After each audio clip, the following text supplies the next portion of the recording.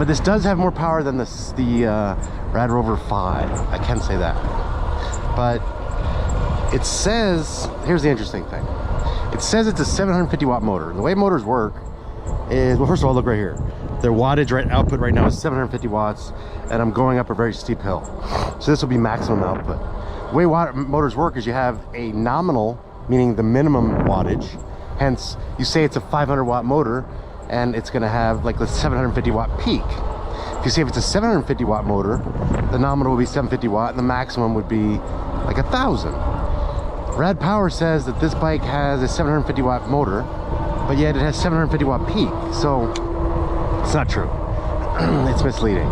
It's a 500 watt motor with 750 watt peak. They like to report the peak as the nominal, which is just not fair and it's not true. So this bike has a 750 watt peak, 500 watt rear hub motor, okay? And I tell you, I'm already trying to sell this bike, and somebody asked me that very question. And she said, I'm looking for a 750 watt, but I think this has a 500 watt, doesn't it? I said, well, yeah, it actually does. And she said, well, why didn't you list that? And I said, well, because Rad Power's listing it, and so I'm just listing it as they list it, you know? But, yeah, I mean, it's got some nice power. It's, $1,999, you know? It's a nice solid bike. Feels really durable. It's nice looking, but it's got a 500 watt motor. And the Hafny Cruiser, 750 watt. Truly 750 watt because it's powerful. The Aventon Adventure, 750 watt. Truly 750 watt. Powerful. This one, 500 watt. Not very powerful. Okay. Alright, so the bike's got some decent power. It's comfortable. It's a good looking bike. It's a nice upgrade in terms of look and feel alone to the RadRover 5. I do like that it has hydraulic disc brakes, which the RadRover 5 does not. I will say that the motor, although it is 500 watt, it does have more power than the RadRover 5. Definitely has more power from the dead stop and hill climbing, definitely. And still has the same kind of cheap gearing though here, you know, like the Shimano Altus. I'm not a big fan of like the gear shifter here. It's really crappy plastic. It's comfortable, and it doesn't really rattle a lot. It's like, it's pretty formidable. It's pretty strong. You know, it's pretty strong. It's pretty durable. It's pretty dialed in. You know, you feel like you're on a quality bike, you know, as opposed to the Hafny Cruiser, not very quality. It's got a good motor, but everything else sucks. And the RadRover 5, not very good quality, not a lot of power, and pretty much everything else sucks. So this is a nice upgrade, you know. I wouldn't consider the RadRover. I would only consider the RadRover Plus. And it's got some nice, you know, stability in terms of different terrains. You know, we're in hard-packed dirt with a little bit of rocks on top. We're in the grass, and I've got some carbon capabilities, you can tell, and it also pulls me through nice and easy. Yeah, like this pulled me through nice and easy. We're going through at 18 miles an hour, you know, so 17 miles an hour. And it's got some good cushion, you know. I mean, the seat is comfortable enough. You know, it's a nice seat. It's got some nice gel. It does have the front suspension forks, which are pretty nice. Although I think I have them on like lockout right now because I'm not really feeling them. Hold on. Do I have them on lockout? Yeah, I'm like feeling really stiff right now. There we go. Okay. All right. Yeah, much better. So, yeah, you're not really feeling a lot of the bumps. I mean, it definitely cushions. The suspension forks definitely cushion. And the seat helps a little bit. And if you lower the tire pressure on these to, like, let's say 10, you're going to also feel the comfort better, you know? So, and it also would help to get a suspension seat post. You can even get a cheap one. It would just give you a little bit more cushion, you know?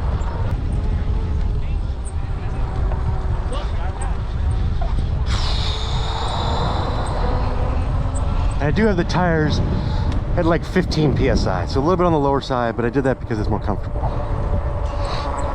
You can definitely go up to like 20, maybe even 25 PSI. Okay. All right. Check it out. Okay, we're gonna do flat first. And we do have a little bit of wind at our back, just to be completely honest, okay? So it's a dead stop. And hopefully you can see the odometer here. If not, I'll like read it out to you. We're at 13, we're at 14, 15. We're 17, 18, 19, 20, 21. We're 21. We got to 21 miles an hour.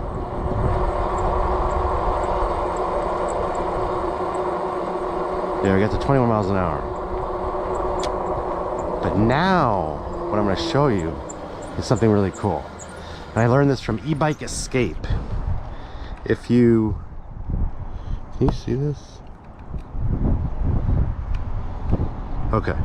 If you push these two buttons together,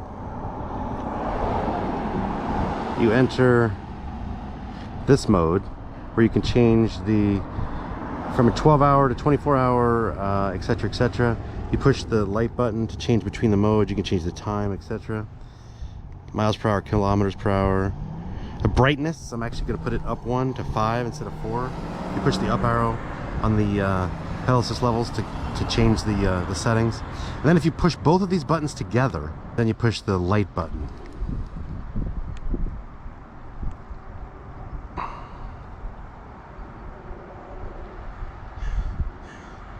See, look at that. And you enter top speed. Right now it's at 32 kilometers per hour. I'm going to put it at 40 kilometers per hour. Isn't that something? And then you just push power button off to turn it off. And then when you come back on, you've got it jailbreaked, and I can get a few more miles per hour. And we're going to check it out, okay? So we just went 20 miles an hour. We hit 21 for a brief second. But now we're going to check it out and see if we can go faster. This is like not accurate right here because we're going a little bit uphill and it's against the wind, so don't worry about this. Even though we're hitting 20 against the wind, 21 against the wind, 22 against the wind. Really? Wow. All right, so that's impressive. Okay. So we're gonna do, I'm breaking laws here, I know that, but whatever. Okay. I'm trying to test a bike, you know what I mean? All right. So now we're gonna go dead stop and we're gonna see if we can go faster than 20. Why this lady stopping at not a dead stop sign, I don't know. Okay. Jailbreaked. Checking her out. Just went 20 on this same path here, and now we're gonna see how much faster we can go. So we're at 16, 17, 18, 19, 20, 21, 22, 23. So we got to 23 miles an hour. Now we're gonna do a little bit of hill testing here just to see what she's all about. Okay. So you are in a very nice upright position. I like that. I appreciate that.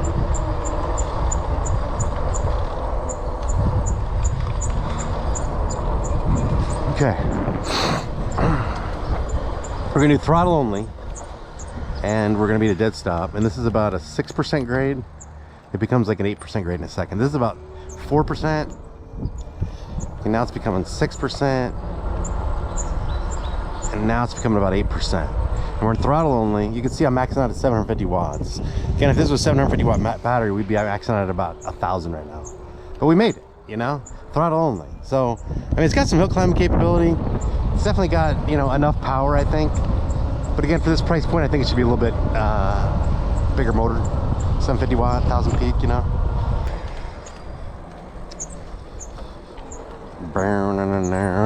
Okay, now we're gonna do a little bit of pedal assist. So pedal assist 1, let's put it in gear 3, 4, gear 3. Gear 3. Pedal assist 1, it's just like, you know, it's like not a lot. Like maybe a 7-year-old girl with good tennis shoes pushing you, you know, walking. Like you just get a teeny bit, you know? Pedal assist 2, not much more. Maybe she stretched out first, you know? Not a whole lot of extra power there. Pedal assist 3, nice. Pedal assist 3 is a nice little jump. You definitely get some push. I could even gear up a little bit. And yeah, it's kind of taking off on me. And let's check out pedal assist 4, but I want to turn around so I'm at the same trajectory here. Okay, so pedal assist 3, pretty nice. Pedal assist 4, oh, actually I went up in gears, I didn't mean to do that. Pedal assist 4, not a big jump between 3 and 4, honestly. And pedal assist 5, pedal assist 5 has a nice jump to it, you know? Definitely kind of takes off on you. I'm going up like a 6 or 8% grade right now, and I'm kind of not pedaling much at all, and it's really taking me up nice and easy. So pedal assist 5 is pretty nice. I'm a big fan of pedal assist 5. And yeah. So now, the last thing I want to do is a true hill test. And this is a pretty crazy hill up here. And yeah, I want to show you this hill up here. Let's put it in gear like 2. Okay, we're in pedal assist 1. Oh, I got a stupid car coming. We're pedal assist 1 and we're barely making it, people. Pedal assist 2, it really didn't like do any different, really. Pedal assist 3, okay, now we're starting to make it a little bit here. Still kind of hard. So pedal assist 3 is kind of what I would consider minimum for any kind of hill climbing. Pedal assist 4, you get a little extra bump. And let's try pedal assist 5. Yeah, you could do pedal assist 4 pretty easily up most hills, I would imagine. Pedal assist 5 is a nice jump. You can hear the motor kicking in, it gets higher. And yeah, it definitely kicks into gear for you. So you can even up gear when you're in pedal assist 5. Yeah.